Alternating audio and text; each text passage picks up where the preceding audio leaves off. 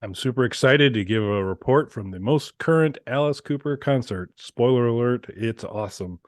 And I'm Kelly at KELLYTHUL on Twitter and Instagram. And joining me, as always, I am Dr. Mike at Official Pagan on everything. That's Dr. Mike at Official Pagan on everything.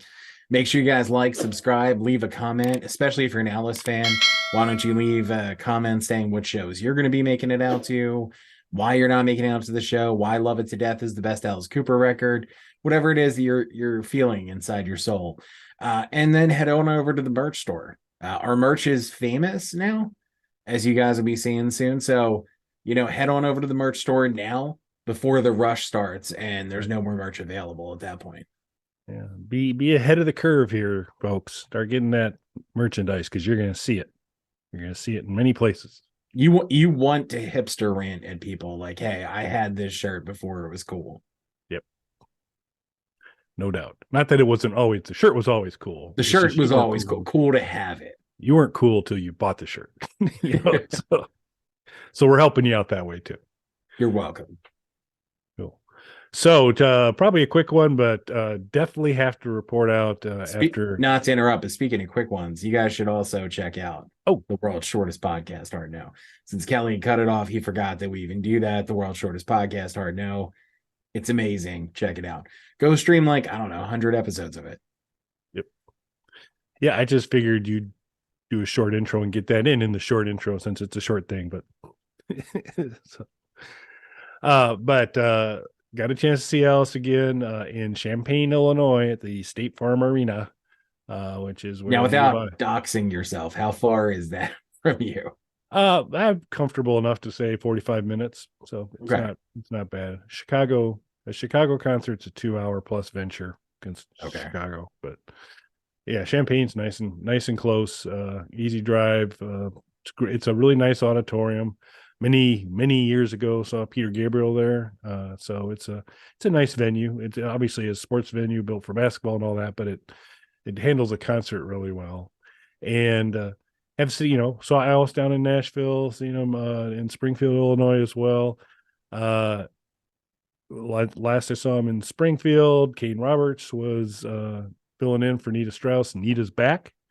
Uh, Further doxing myself, Nita will be coming to Bloomington, Illinois, in June, and so we'll be getting some tickets for that, and you'll get a report on that concert as well.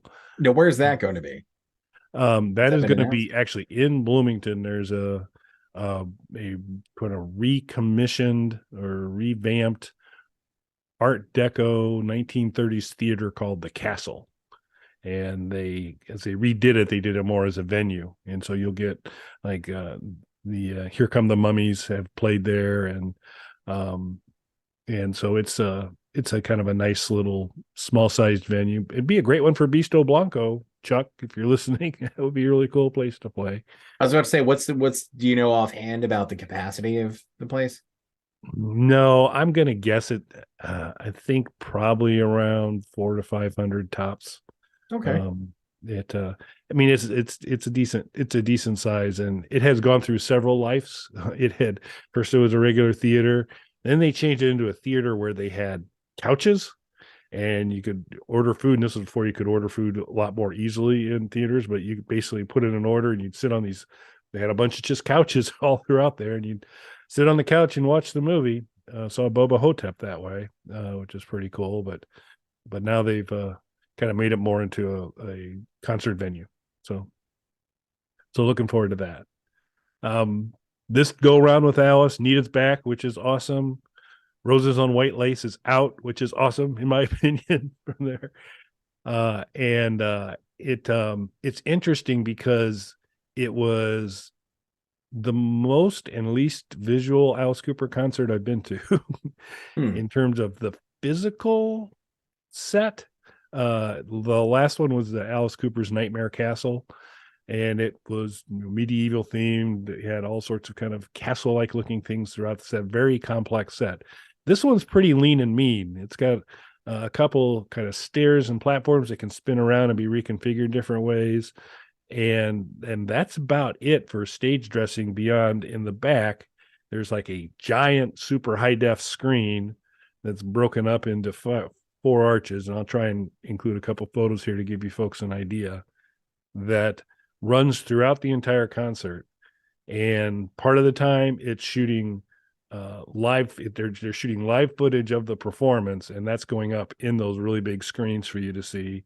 And other times they're just kind of doing things to tie in with the song. So like Under My Wheels, a lot of Detroit Motor City stuff, and it was almost all graphics for that and very little of the stage performance. Feed My Frankenstein, they had kind of the Van der Graaf generators and the lightning cutting across from both, and then actual lightning and in other parts of the scene as well, all on that screen. So it was all really cool, visually awesome. When they went into Black Widow, those four arches just immediately shifted into the red hourglass shape. Super cool moment in the show. And so it was kind of really visually entertaining to watch that. But a lot of the other accoutrements that Alice a lot of times uses weren't there, but there was still plenty. The guillotine's still in play. The big tall Frankenstein that comes out for Feed My Frankenstein's in play, but we lost the giant baby for $1 billion babies that would come out and fire a cannon that would shoot the dollar bills over the audience. And that has been reduced now to a amped up t-shirt gun that a guy comes out with and shoots the money out for folks. It had pretty good range, so I think some folks did okay. We weren't kind of in the money falling down on us range, but it was good. He wrapped up with Elected at the end. Really, really strong there. Great show.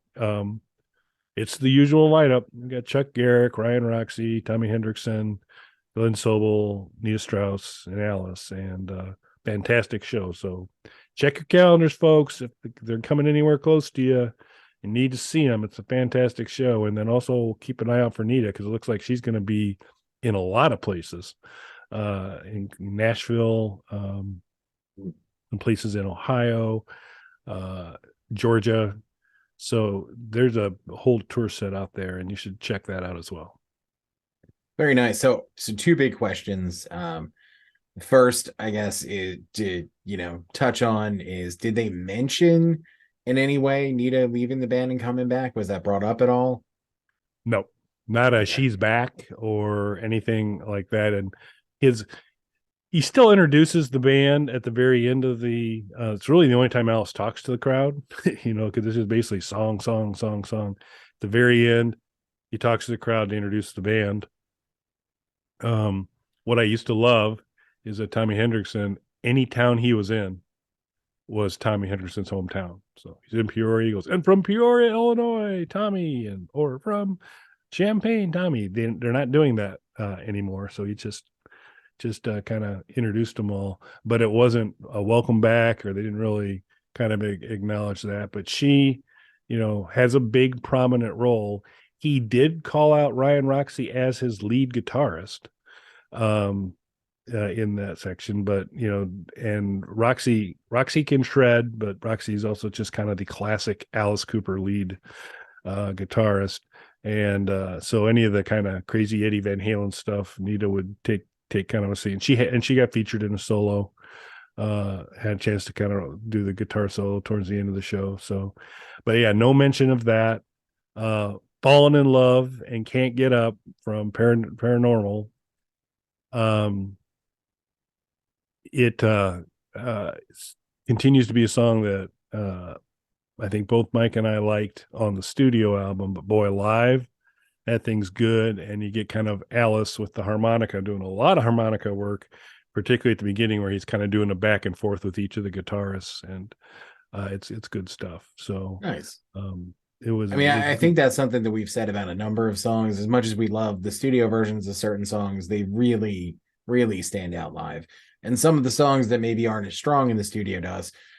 So for me personally, Poison would be a big one. I was indifferent on that song at best. The live version, I think, sounds great, though, especially on Fistful of Alice. Yep, no doubt. And Lost in America, also on Fistful of Alice. That was in the set. And that's always a fantastic song. It was interesting to experience. There was a gentleman about 2 rows behind me, who apparently either was very unfamiliar with Alice or it's the first time he's seen him, but he was just yucking it up during Lost in America, because there's a lot of funny lines in Lost in America, but you could just hear this guy just uh, really enjoying apparently hearing Lost in America for the first time. Nice. But it was good.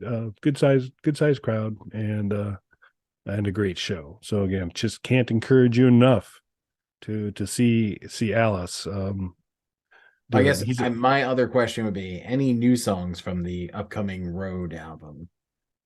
Sadly, no. I was hopeful because when I saw the first set list, they mentioned a song at the beginning and said, "There's going to be this song and called Lock Me Up, and it's its live debut."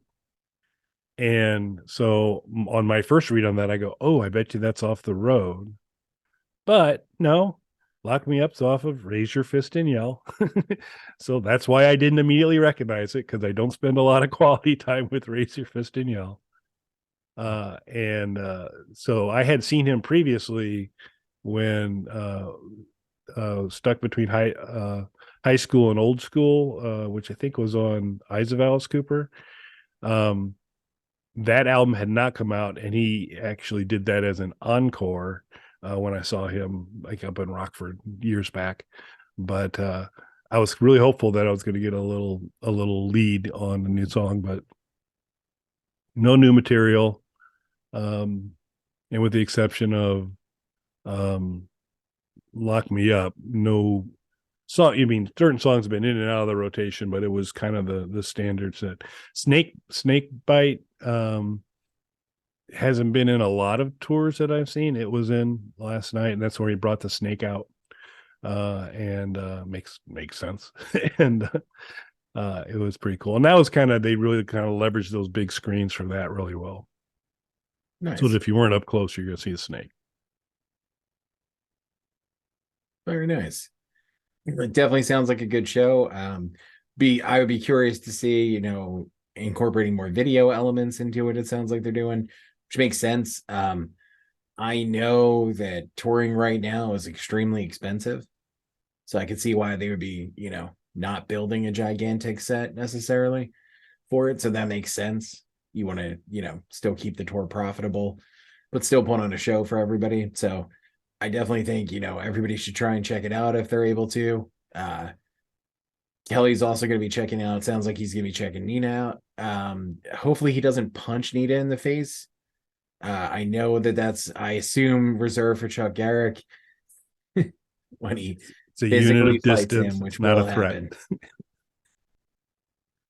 So we're gonna wrap this one up, and would like to appreciate you folks watching, and give a video a like if you're so inclined. We'd really appreciate it, and check out that hard no.